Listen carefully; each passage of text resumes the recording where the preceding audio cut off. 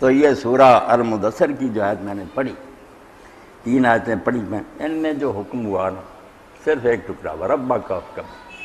اللہ کے رسول، یہ بالکل ابتدا میں اتری ہیں المزمل المدثر، رسول اللہ کو حکم ہوا تو اٹھ کھڑے ہوں اور اپنے رب کی بڑائی بیان کریں۔ اللہ تعالیٰ نے یہاں جو بات بیان فرمائی نا، اور کچھ نہیں، وربک تیرا رب جو ہے نا صرف اس کی بڑائی عظمت لوگوں کے ذہنوں میں بٹھا،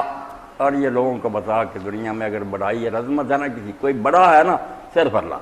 باقی جتنے نا ان کو اگر تھوڑی بہت عزت ملی ان کے اس کے دینے سے ملی ہے، اور وہ عارضی ہے، جب چاہے ان سے چھین لے، کوئی بڑا نہیں ہے۔ یہاں جو کام کوئی ہوتا ہے، کوئی فعل ہے، کوئی نعمت ہے، سب اس کی طرف سے ہے، کوئی کسی کو کچھ نہیں دیتا، اگر کوئی دے رہا وہ بھی اس کے دل میں ڈالتا دے رہا، ورنہ یہ کچھ نہیں، یہ صرف سامنے ظاہری ہیں آلات اس کے ہاتھ میں، ورنہ اصل فاعل حقیقی جو نا جو کر رہا ہے وہ اللہ نہ کرے کوئی کسی کو آنا نہیں دیتا، کوئی کسی سے محبت نہیں کر سکتا، یہ سارا اس کے کام ہے۔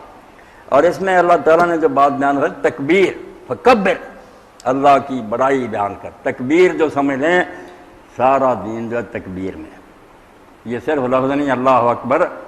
سارا دین اس میں آ گیا۔ اللہ نے کہا سب سے پہلا کام جو میں اپنے نبیوں اور رسولوں سے لیتا رہا ہوں اور جو ان کے ذمہ لگایا گیا کہ تمہارا مشن کیا ہے، لوگوں کے دلوں میں صرف اللہ کی عظمت اور بڑائی جو ہے نا اس کو جاگزین کرنا، دماغوں میں بھر جائے کہ اگر کسی کو لائق ہے کہ وہ کہے میں ہوں تو صرف اللہ، اس کے سوا جتنے کسی کا حق نہیں ہے۔ ہم ہر چہ ہستن رضا کم ترنت کے با ہستی اس نام ہستی بڑھو، سعدی رحمۃ اللہ علیہ فرمایا جتنے ہیں نبی ہیں، فرشتے ہیں، ساری مخلوق ہے، ان کا یہ مقام نہیں ہے کہ وہ اللہ کے سامنے کہیں کہ ہم ہیں، وہ آپس میں ہیں، ہم سے بہت اونچے ہیں، بڑے درجے، یہ مخلوق کا آپس میں تفاضل ہے، اللہ کے سامنے کیا؟ جیسے ستارے ہیں مگر جب سورج آ جاتا ہے کوئی نظر آتے ہیں کہ سلطان عزت علمبر کشد جہاں در سر بجیب عدم در کشد،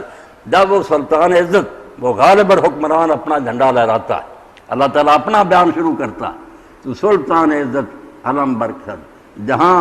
سر بجیب عدم در کشد، اس وقت ساری دنیا جو ہے نا وہ عدم کے نیچے چھپ جاتی ہے کہ ہم نہیں ہیں، توبہ توبہ، تیرے سامنے کیا کام ہے،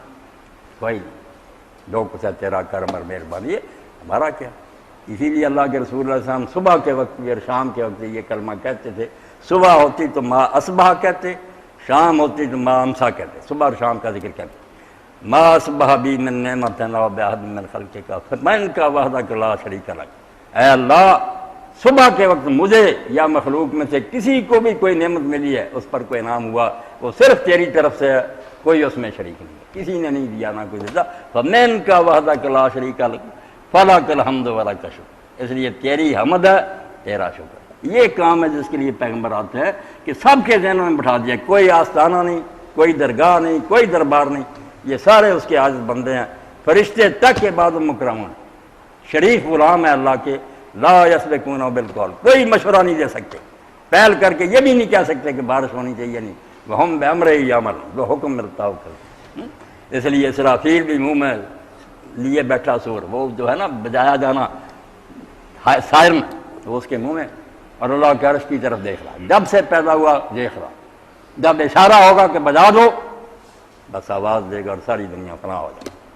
آپ نہیں وہ اس میں پھونک مار سکتے۔ اس لیے مسئلہ کیا؟ اللہ کی بڑائی، اور اسی لیے آپ دیکھتے ہیں کہ دین اسلام جو ہے نا اس میں سب کچھ تکبیر ہی تکبیر ہے۔ نماز ہم پڑھتے ہیں کس کلمہ سے شروع ہوتی ہے؟ تحریم و تکبیر، جس سے ہم اللہ کی بارگاہ میں داخل ہو جاتے ہیں، مخلوق سے کٹ جاتے ہیں، اب کسی سے بات نہیں کر سکتے، کسی کو دیکھ نہیں سکتے، صرف اللہ، اس کے گھر کی طرف منہ کرتے ہیں اور منہ سے کہتے ہیں اللہ اکبر، کوئی بڑا نہیں ہے سوائے تیرے، پھر رکوع کو جاتے، سجدے کو جاتے، ساری نماز میں اللہ اکبر اللہ اکبر ہے۔